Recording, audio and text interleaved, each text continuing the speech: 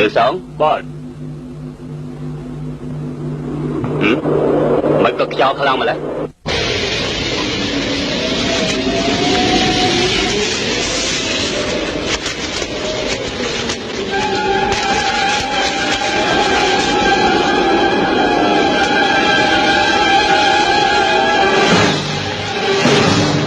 Số mình chơi pizza ra mà cờ sân tới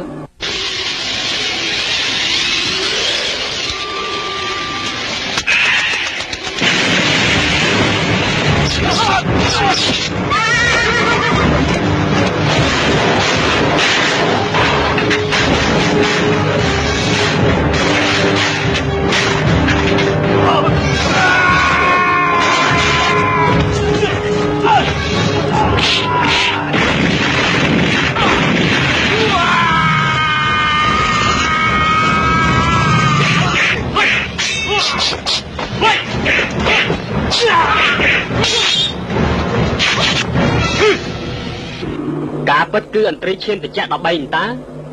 ngày ní phụ lúc trong sầm lấp lúc mà cha chú ta men đại thế chấm nay lúc bác hiểm sớm mà khó tì cứ cầm mặt họ hàn chồng chấm nay lúc cứ chỉ anh tri trên thì chắc tì môi men thế bà sân chỉ lúc mà cha hàn lúc đại nông rừng này đã hỏi chẳng khi ông miền tây nông bong pon trên piti đi pon đâu sống tốt lúc say phấn sầm lấp ở chia riết tới tại miền tô thôn bà sân chỉ riêng đào lại phụ lúc ta khiêm nhớ rồi quan pin là tới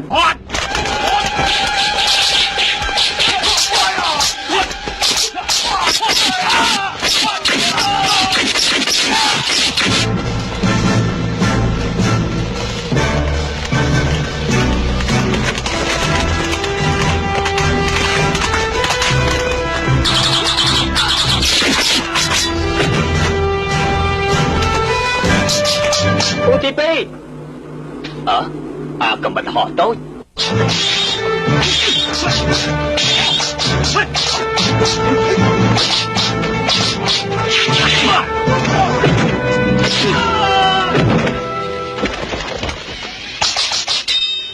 chuỗi rọt chấm nôn các bà mình nộp hồn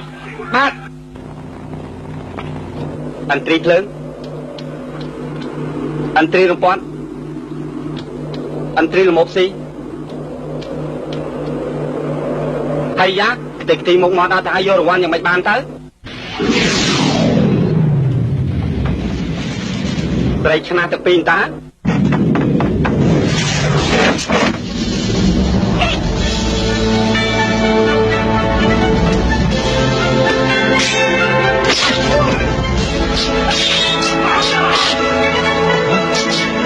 cứ buồn nên thế à tạm phải đánh mấy cái ta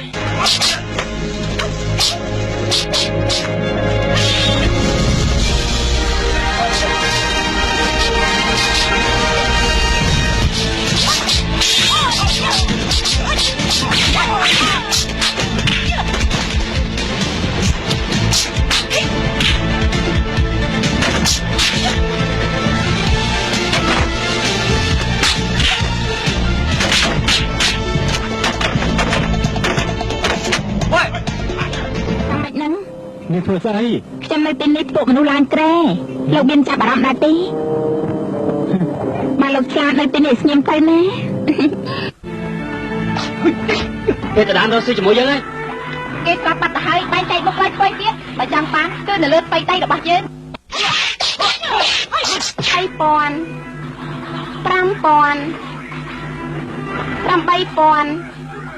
បងស្រីបើមិនជាយើងចាប់អន្តរីកញ្ចក់បាននោះវាល្មម10ម៉ឺនដំឡើងហើយសម្រាប់ចើលោកពូសម្រាប់ចើហើយអើ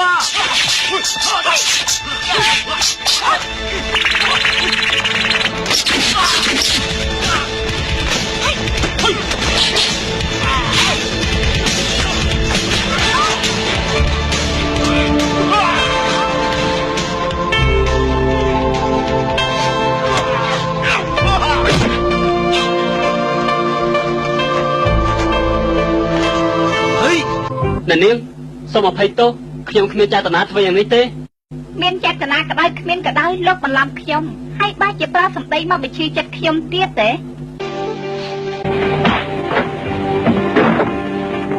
អ្នកនាងយកអាទៅវិញទៅនេះខ្ញុំមិនយកវិញទេចាប់ទុកថាខ្ញុំរៀបការជាមួយលោកទៅចាស់រៀបការនឹងខ្ញុំ លោកពូទីពូស្អីយើងឲ្យឯងរកមនុស្សស្លាប់ឥឡូវគេយកទៅអស់ហើយណែនៅពេលមានមនុស្សច្រើនកំហៅយើងថាលោកពូហៅយើងបងទី2បានហើយបងទី2ហ្វុងអឺនិងហ្វុងលីគេនាំសាកសពតែបាត់អស់ហើយយើងដឹងហើយការរកស៊ីកបិតកបុកទៅ10ដំណឹងទេឥឡូវធ្វើដំណើរទៅកាន់រាជវាំងឲ្យបានឆាប់នៅទីនោះមានការរកស៊ីធំដុំណាបាទ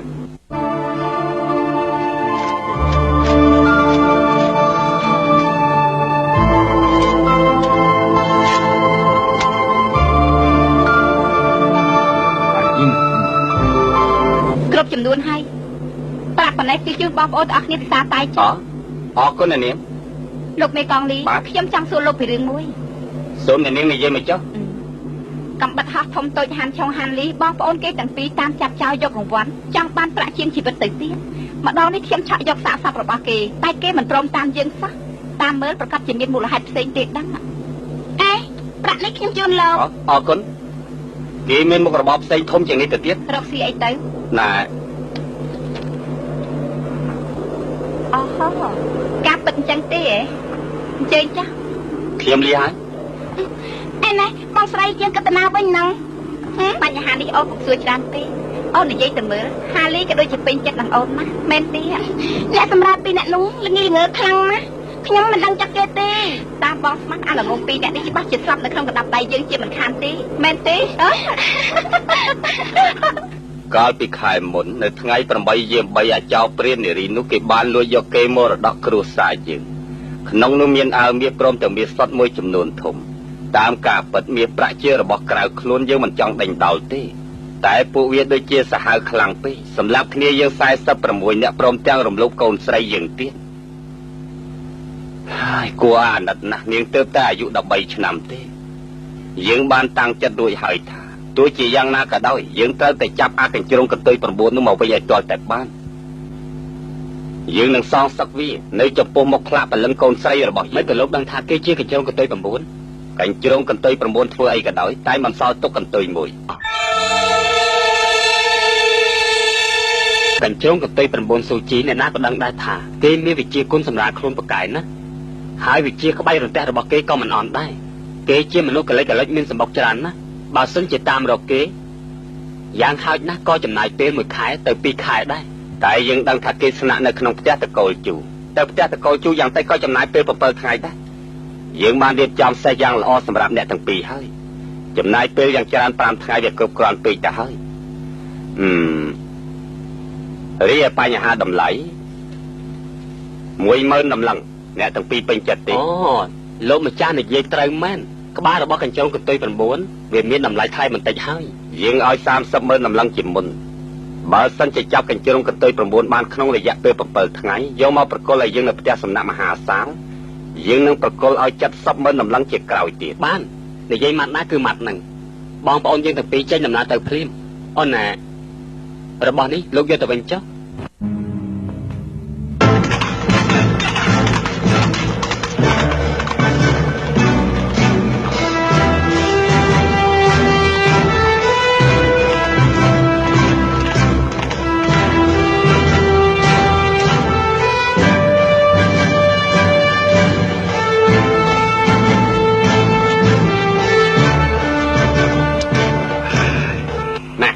យើងគួរតែចេញពីទីនេះឲ្យបានឆាប់បន្តិចបើមិនអញ្ចឹងជួមហាពេជ្ជឃាតទាំង4យើងប្រកាសជាគ្រោះថ្នាក់ណារឿងនេះទៅចិត្តចុះយើងបានចាប់ស្រីឆ្នះទាំងពីរនៅសល់តែ2នាក់ទៀតទេគេប្រហែលជាមិនហ៊ានចេញមកជួបនឹងយើងទេណែរបស់មានដឹងទេមហាពេជ្ជឃាតទាំង4នេះគេហាត់វិជាគុណចម្លែកណាស់គេមិនដែលប៉ះស្រីទេគេចាប់ស្រីទាំងពីរនេះក៏ព្រោះតែចង់សងសឹកឲ្យឥន្ទ្រីទាំង13យប់នេះគេនឹងយកនាងទាំងពីរនាក់នេះចូលទៅក្នុងព្រៃខ្វែងយកបេះដូងដើម្បីគោរពវិញ្ញាណក្ខន្ធដល់ឥន្ទ្រីទាំង13នេះគិតយ៉ាងម៉េចទៅអញ្ចឹងយើងត្រូវតែចេញដំណើរឲ្យបានមុនថ្ងៃលិចទៅបានស្រី2នាក់នេះគេតែដណ្ដើមការរកស៊ីរបស់យើងចំជារំខានមែនឥឡូវនេះគេខ្វែងយកបេះដូងរបស់នាងវាជាការងាយស្រួលដល់យើងមិនខានទេណាអញ្ចឹងលោកពូយើងដាច់ខាត់មិនត្រូវទៅជួយគេទេ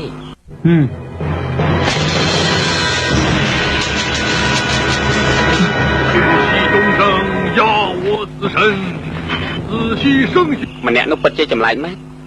ណែម្នាក់នេះមានរហស្សនាមហៅថាបៃល្អិតរីឯបន្ទាប់នេះហៅថាដាច់ខាតត្រូវតែស្លាប់អ្នកដែលអង្គុយនៅខាងនោះហៅថាមួយស្នៀតត្រូវតែស្លាប់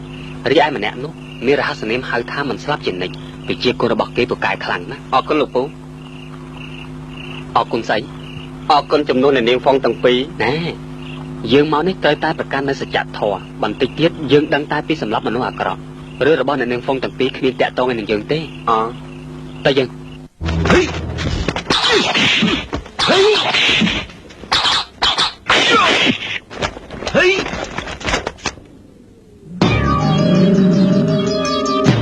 បាទប៉ុណ្ណឹងហើយអត់ងាប់ទៀត